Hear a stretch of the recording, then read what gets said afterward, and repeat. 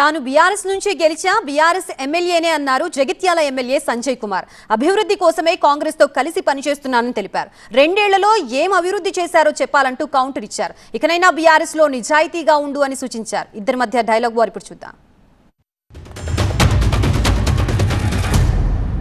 BRS party నుంచి గెలిచి ఈనాటికి కూడా నేను బీఆర్ఎస్ ఎమ్మెల్యేనే.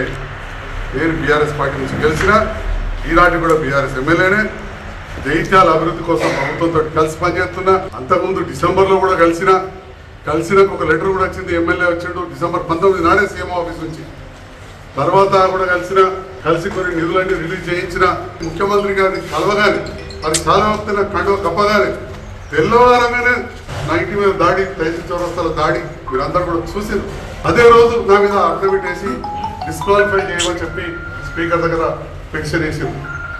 అయినా కానీ ఆ రోజు నుంచి మార్చి వరకు అది వాళ్ళిచ్చి వాళ్ళు ఆపేంత వరకు బీఆర్ఎస్ లెజిస్లేటర్ పార్టీకి నెలకు 5,000 రూపాయలు మా జీతం నుంచి కట్ అయితే నేను ఎన్నడూ ఆబ్జెక్షన్ చేయలేదు.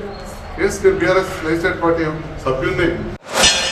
సంతోషం నాయన, ఇప్పటికైనా ఏదైతుందో నువ్వు ఏ పార్టీలో ఉన్నావో నీకు గుర్తొచ్చినావు. ఇప్పుడు నీ సంసారం నువ్వు చక్కగా చేసుకో అని చెప్పారంటే ఆయన సంసారం ఆయన చక్కగా చేసుకోకుండా నా సంసారం ఎందుకు చిచ్చిపెట్టే ప్రయత్నం చేస్తున్నావా? నువ్వు బుద్ధిగల్ల ఇల్లాలుగా ఏదైతున్నదో బుద్ధిగల్ల ఇల్లాలుగా నువ్వు స్పీకర్ గారు తీర్పు వచ్చినాకనైనా నీ సంసారం నువ్వు చక్కగా చేసుకో.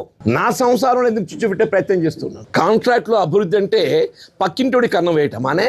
నువ్వు దాదాపు 20 మాసాలు అవుతుంది ఆ ముఖ్యమంత్రి గారితో కలిసి నేను ప్రయాణం చేస్తున్నా, అభివృద్ధి కొరకు పాటుపడుతున్నా అని చెప్పని పేర్కొనబట్టి ఒక్కటి చెప్పవే నువ్వు ఈ 20 మాసాలలో నేను జగిత్యాల శాసన నియోజకవర్గాన్ని ఇంకో ప్రత్యేకంగా ఈ అభివృద్ధి నేను చేసిన అని చెప్పి ఒక్కటి, నాట్ సింగల్.